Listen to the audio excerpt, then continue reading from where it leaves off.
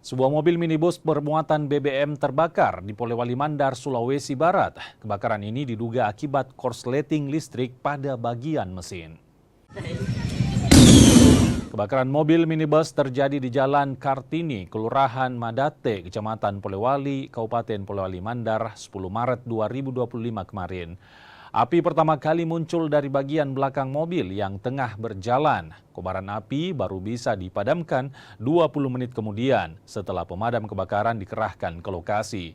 Mobil tersebut bermuatan BBM jenis Pertalite yang rencananya akan dijual kembali pemiliknya secara eceran. Akibat kebakaran, sopir mobil alami luka bakar dan kini dilarikan ke rumah sakit. Ibu, ini tadi mobil dari mana ini tadi? Dari bawah. Dari bawah. Ada penumpangnya di atas? Supir saja. Supir. Tiba-tiba menyala begitu? Menyala memang begitu. Waktu saya keluar Pak, ada memang nyapi di situ. Oh begitu, sampai di sini. Sampai situ Pak. Jadi supirnya ada luka begitu? Luka bilang, enggak lihat juga. Tapi orang bilang luka di sini. Begitu. Kita lompat dari atas itu?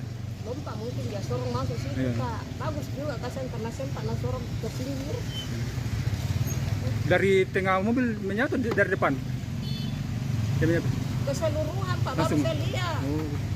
Pokoknya dari depan sampai ke belakang.